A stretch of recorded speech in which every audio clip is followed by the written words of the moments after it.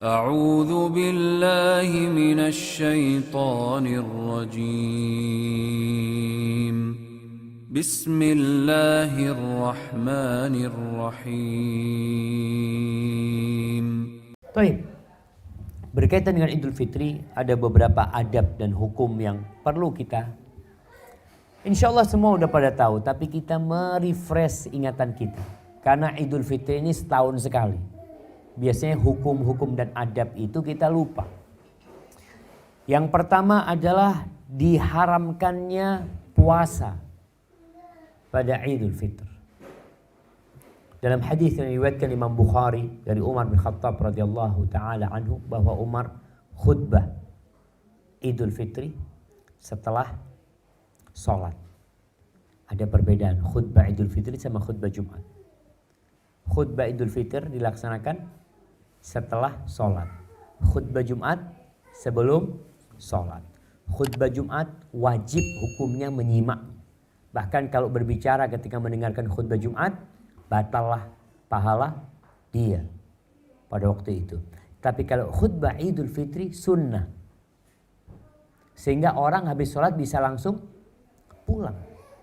Maka Umar bin Khattab radhiyallahu taala anhu dia berceramah setelah sholat kemudian mengatakan, ya ayyuhan nas, wahai umat manusia, inna Rasulullah sallallahu alaihi wasallam qad nahakum an siyami hadainil idain.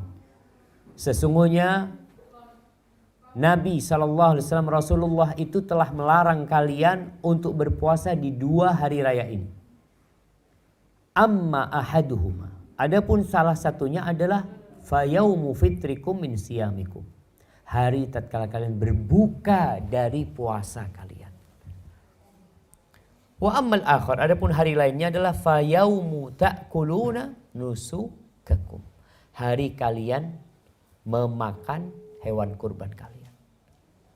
Maka subhanallah jemaah, Islam itu peduli dengan semua urusan. Urusan dunia diurus, urusan makan diatur. Kapan boleh makan, kapan gak boleh makan. Siang hari Ramadan haram makan. Haram makan. Siang hari di Idul Fitri wajib makan. Artinya kalau berpuasa dosa. Dan ini juga yang menunjukkan kalau kita ini hamba, budaknya Allah, tidak boleh bertindak kecuali sesuai dengan aturan. Disuruh makan kita makan, gak boleh makan kita gak makan. Kalau ditanya kenapa kamu kok puasa? Saudara-saudara kita yang di Jepang, di beberapa perusahaan itu kesian gak boleh puasa. Gak boleh puasa. Sampai anak punya teman cerita, dia sudah level tinggi lah sekarang. Dia cerita dulu saat bos anak itu sayang sama anak. Ketika Ramadan anak boleh puasa. Tapi suatu hari anak dipanggil ke kantor bos. Sini.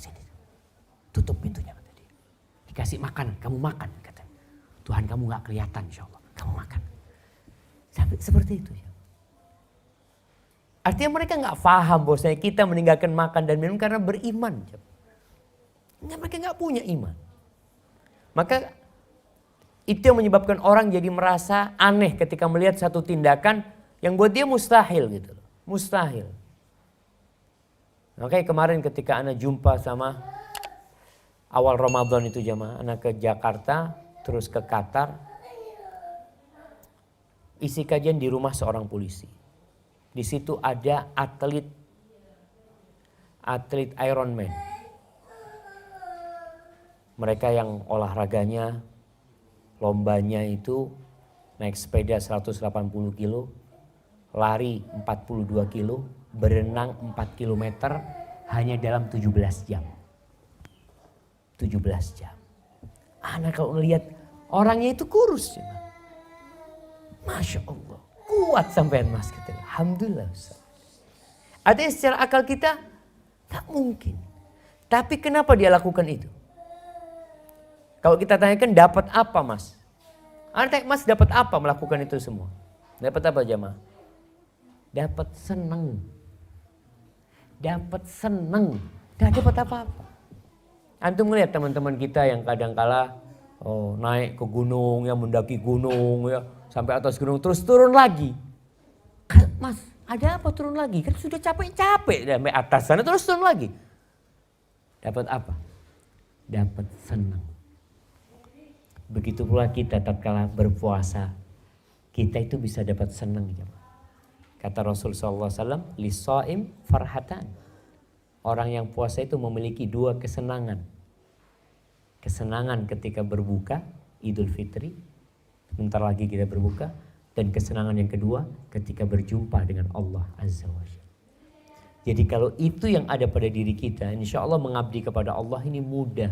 Gak berat, sholat pun tidak berat. Maka itu berkaitan dengan hukum yang pertama, haram berpuasa pada waktu Idul Fitri. Disuruh sama Allah laksanakan, dilarang tinggalkan. Kita kadangkala banyak bertanya yang akhirnya membuat kita malas beramal. Kenapa Ustaz? Kok nggak boleh puasa? Ya udah, itu aturannya. Ikuti aturan, insya Allah kita selamat dan Allah ingin memberikan sebuah kegembiraan tadi buat orang-orang yang puasa. Baik, hukum yang kedua, dianjurkan untuk banyak-banyak bertakbir, bertahmid, mensyukuri Allah Azza wa Jal pada malam Idul Fitr sampai sholat Idul Fitr. Ada yang berpendapat bahwasanya takbir itu dimulai dari fajarnya, bukan dari maghribnya. Allah berfirman di surah Al-Baqarah, Allah mengatakan walitukmilul iddata walitukabbirullaha ala ma hadakum wa la'allakum tashkurun. Allah syariatkan puasa ini sampai selesai. Lalu Allah katakan agar kalian menyempurnakan Ramadan itu sampai selesai. Jadi jangan putus di tengah. Ada orang yang puasa cuma 15 hari, cuma 20 hari, 10 harinya sudah nggak puasa. Karena kadang-kadang ngelihat ya orang-orang yang sepuh, yang orang-orang dewasa bahkan sudah punya cucu. Suatu hari Anda berjumpa dengan dia mengatakan, Syafiq, alhamdulillah paman Ramadan tahun ini full, tidak bolong. Gembira. Gembira dengan taufik Allah. Dengan hidayah yang Allah berikan. Karena menyempurnakan bilangan atau hitungan Ramadan nggak mudah. Walitukabbirullah, dan agar kalian mengagungkan Allah. Dengan bertakbir, bukan hanya ucapan di lisan. Tapi sejatinya takbir itu amalan hati. Kemudian kita ucapkan dengan lisan kita, ala ma hadakum. Kalian kenapa bertakbir? Kenapa bertakbir? Karena Allah memberikan hidayah kepada kalian bisa puasa full. Kadangkala ini lagi jemaah, fenomena yang ada, banyak takbir keliling, tapi yang takbiran itu tidak poso. Tidak sholat juga. Kemarin ada seorang wanita, subhanallah, yang dia telepon Ana ya. Dia mengatakan, Ustaz, Ana sudah 12 tahun nikah sama suami Ana. Ustaz. Ana gak pernah lihat suami Ana sholat. Ustaz. Dan alhamdulillah kemarin Ana ngelihat suami Ana sholat di awal Ramadan, sholat subuh. Setelah itu gak sholat lagi. Puasa, Ustaz. Puasa. Tapi sholat tidak. Sedangkan kita bertakbir itu atas hidayah yang Allah berikan. Wala'allakum tashkurun, dan agar kalian mensyukuri nikmat Allah. Karena kalian bisa puasa pun karena nikmat yang Allah berikan. Maka malam takbiran itu usahakan kita mengajak keluarga kita untuk bertakbir. Tidak harus bareng-bareng. Bahkan Rasul SAW tidak mengajarkan takbir berjamaah. Sudah semua bertakbir suaranya bareng gak apa-apa. Karena Anda lihat tatkala takbir itu dipimpin, nanti kalau berhenti yang mimpin, ya diam semuanya. Mandek kabeh, sorry. Wis, lo ini semuanya takbir masing-masing. Banyak-banyakan takbir. Itu yang seharusnya kita lakukan. Jadi orang tua malam itu mungkin naik mobil sama anaknya. Buka, turunkan jendelanya. Takbir. Karena dianjurkan dengan suara keras. Bertakbir kita. Menunjukkan kepada orang. Masuk ke minimarket, mau beli sesuatu, takbir lisannya. Allahu Akbar, Allahu Akbar. Abdullah bin Umar sama Abu Hurairah itu atau Abdullah bin Abbas juga. Beliau itu biasa bertakbir di pasar. Karena yang perlu diingatkan kepada Allah ini siapa? Yang di pasar itu. Ketika Abu Hurairah masuk pasar bertakbir, orang pasar ikut bertakbir. Biasanya kan mereka nunggu pelanggan ya, sibuk ngitung fulus. Dengar takbir, Allahu Akbar, Allahu Akbar, ikut bertakbir. Itu dilakukan oleh para sahabat. Sehingga kalau bicara takbir keliling itu seharusnya dilakukan. Berangkat ke pasar kita masuk. Kita sebagai muslim nggak harus bawa apa? Bawa sound system apa? Enggak, masuk sudah. Allahu Akbar sambil nunggu. Umpamanya kita lagi ngantri, orang bayar, kita di belakangnya takbir gitu. Allahu Akbar, Allahu Akbar, Allahu Akbar. Mungkin antum akan ditoleh sama yang di depan antum. Ini duduk masjid, Mas. Berarti kan sudah ada yang salah ketika berpikir takbir itu khusus di masjid. Tidak. Maka malam itu kita takbir. Berangkat ke tempat sholat. Kita ini benar-benar sibuk kadang-kala jamaah. Ya, anak merasakan sendiri di rumah ya. Istri habis subuh nyiapkan anaknya. Kita tetap di rumah nyiapkan anak kita untuk berangkat ke masjid, berangkat ke musola dengan bertakbir. Sehingga anak-anak kita pun ikut dengan takbir orang tua. Taib. Sifat takbir bagaimana? Bebas. Allahu Akbar, Allahu Akbar 2 kali atau Allahu Akbar, Allahu Akbar, Allahu Akbar. La ilaha illallah wallahu akbar, Allahu akbar, walillahil hamd. Baca itu takbir ya. Kemudian yang ketiga, dianjurkan untuk bersih-bersih. Mandi. Sebagaimana kita Jumatan lah. Kita dianjurkan untuk mandi. Kemudian ya pakai baju yang paling bagus. Bukan baru. Bukan baju baru. Tapi baju yang paling bagus yang kita miliki. Ah, enggak, ini bahaya. Kadangkala yang baru itu harganya 100.000. Yang lama yang kita punya kita beli dengan harga 1 juta. Rasul sallallahu alaihi wasallam itu pernah Umar bin Khattab bawa baju dari pasar. Umar tuh lihat ada baju bagus. Dia bawa. Baju itu dari sutra. Kata Umar bin Khattab, "Ya Rasul, ibta'ad." Ya Rasul, engkau beli ini. Untuk engkau pakai di hari-hari besar, hari Jumat ya. Untuk pakai. Dan ketika menjumpain delegasi-delegasi tamu-tamu negara yang datang. Cuma Rasul SAW marah sama Umar karena baju itu dari sutra, nggak boleh dipakai oleh mukmin. Kemudian di sini Aisyah radhiyallahu taala anha berkata, Rasulullah sallallahu alaihi wasallam mengatakan, "Ma ala ahadikum ayyakuna lahu thawban."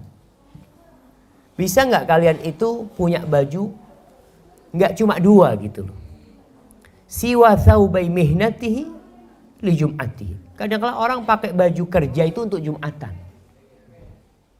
Kan seharusnya Jumat itu pakai baju yang bagus juga jemaah. Tapi banyak orang Jumatan itu pakai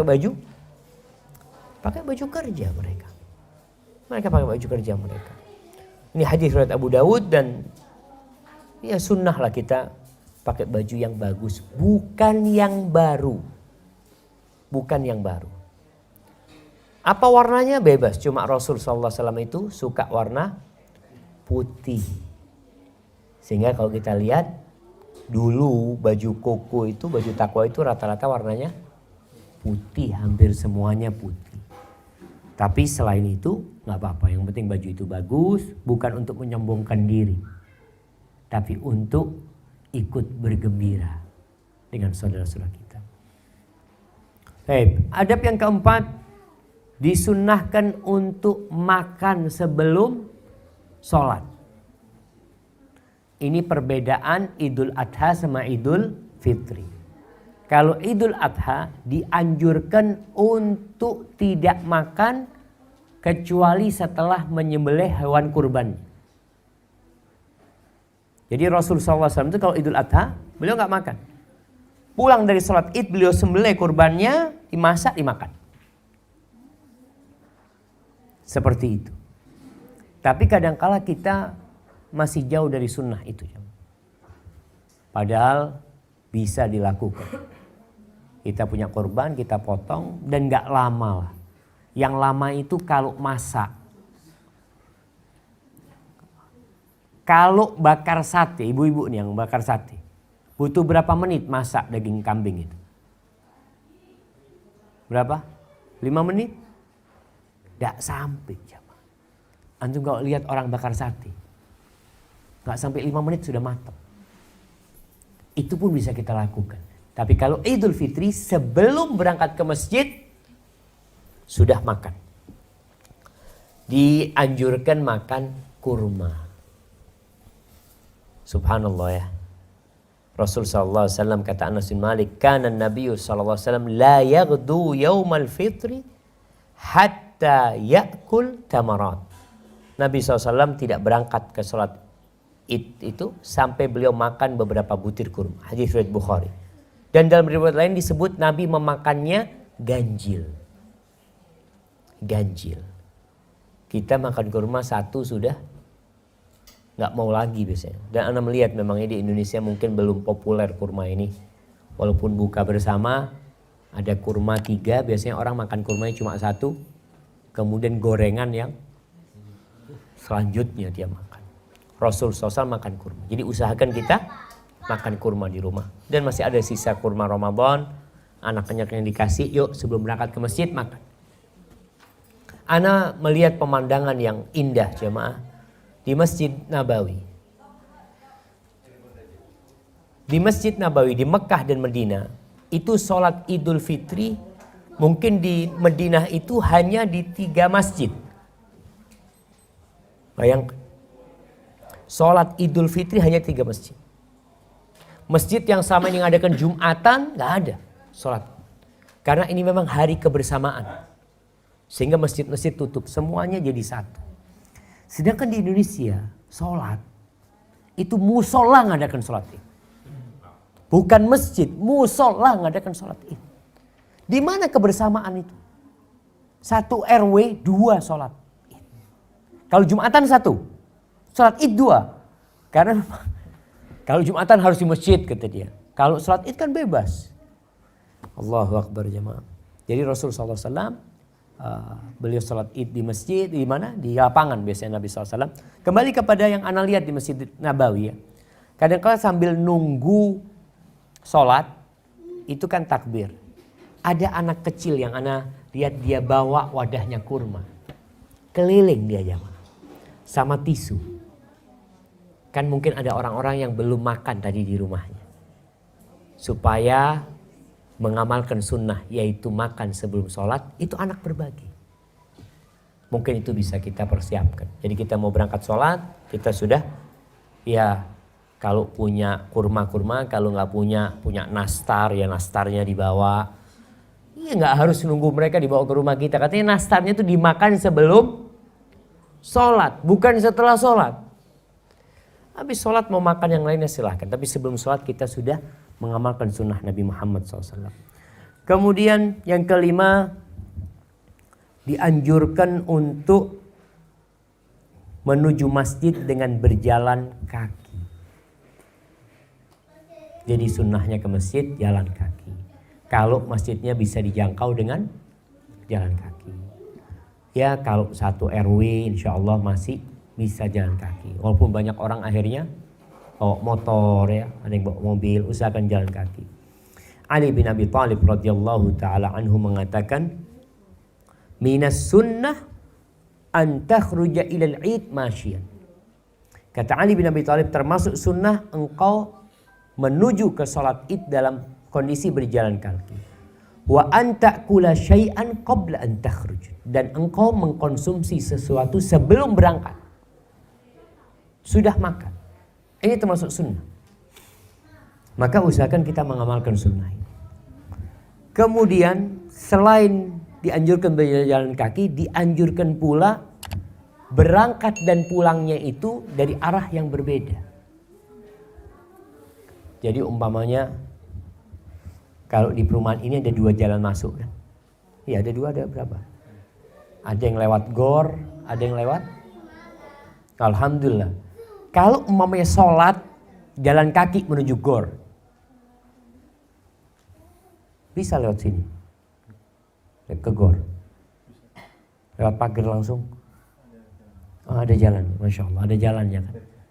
Nanti pulangnya cari jalan lain, cari jalan lain. Oh jauh Ustaz, disinilah jamaah. Sunnah itu ada hikmah yang besar. Apa hikmahnya? Kenapa kita disuruh lewat jalan yang berbeda? Para ulama menyebutkan beberapa hikmah. Di antaranya menunjukkan atau menampakkan syiar-syiar Allah di 2 tempat yang berbeda. Kita udah bisa lewat sini kan, takbir Allahu Akbar lewat situ. Tapi kita lewat jalan yang berbeda untuk menunjukkan kalau umat Islam itu banyak. Sehingga orang-orang itu mengetahui. Yang kedua, untuk menjengkelkan, membuat jengkel orang-orang munafikin.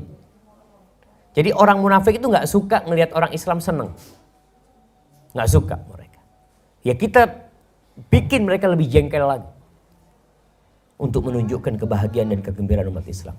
Yang ketiga, untuk menebarkan salam di 2 masyarakat yang berbeda. Kita ini kadangkala kekurangan tetangga. Ya coba kita lihat lewat jalan lain. Ternyata lewat jalan itu banyak orang miskin. Kita assalamualaikum sama mereka, ahlan wa sahlan. Sehingga kita mengetahui kondisi di sekitar kita. Kemudian ulama mengatakan optimis dengan perubahan.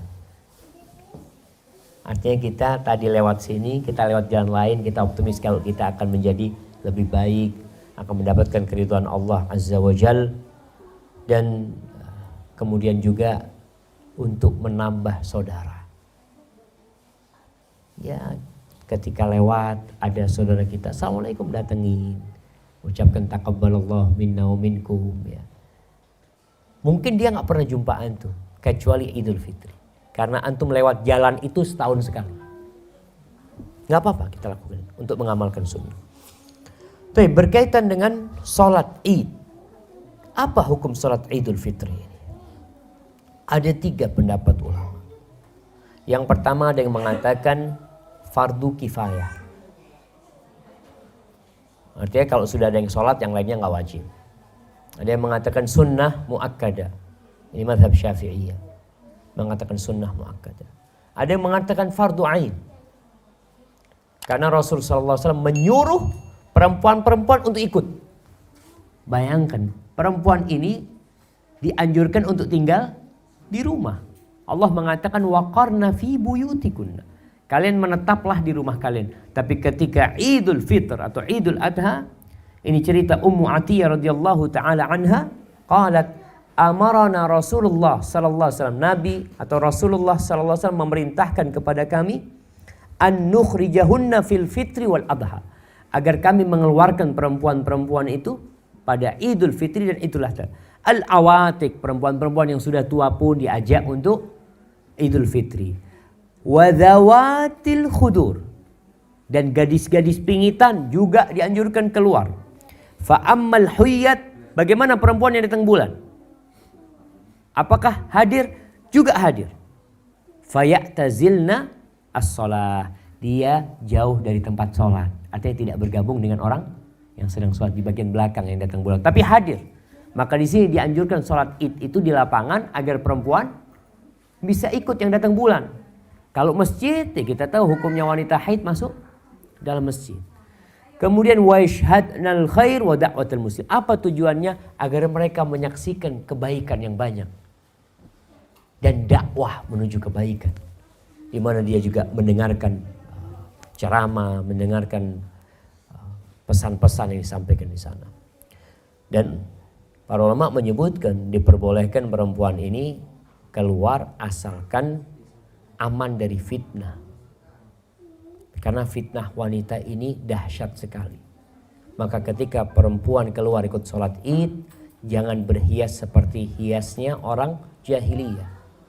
Perempuan nggak boleh pakai parfum yang semerbak yang bisa dicium oleh orang laki-laki lain.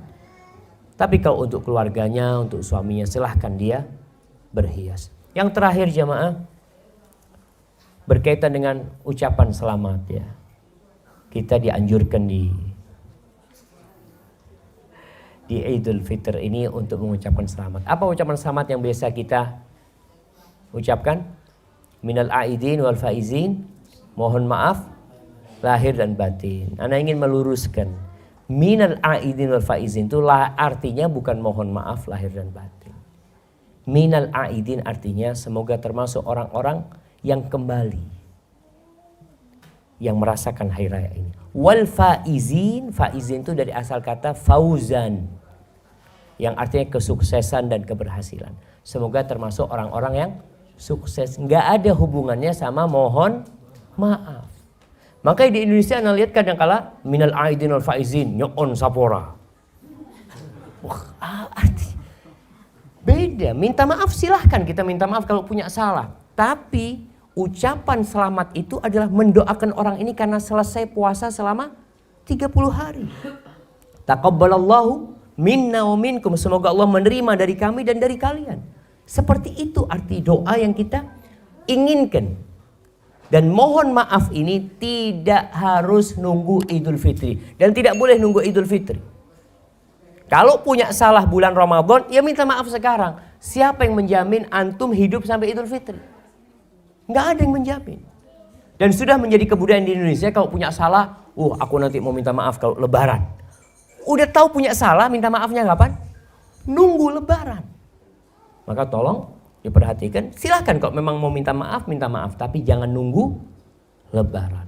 Kapan kita punya salah, ketika itu kita minta maaf. Hadza wallahu a'lam bishawab.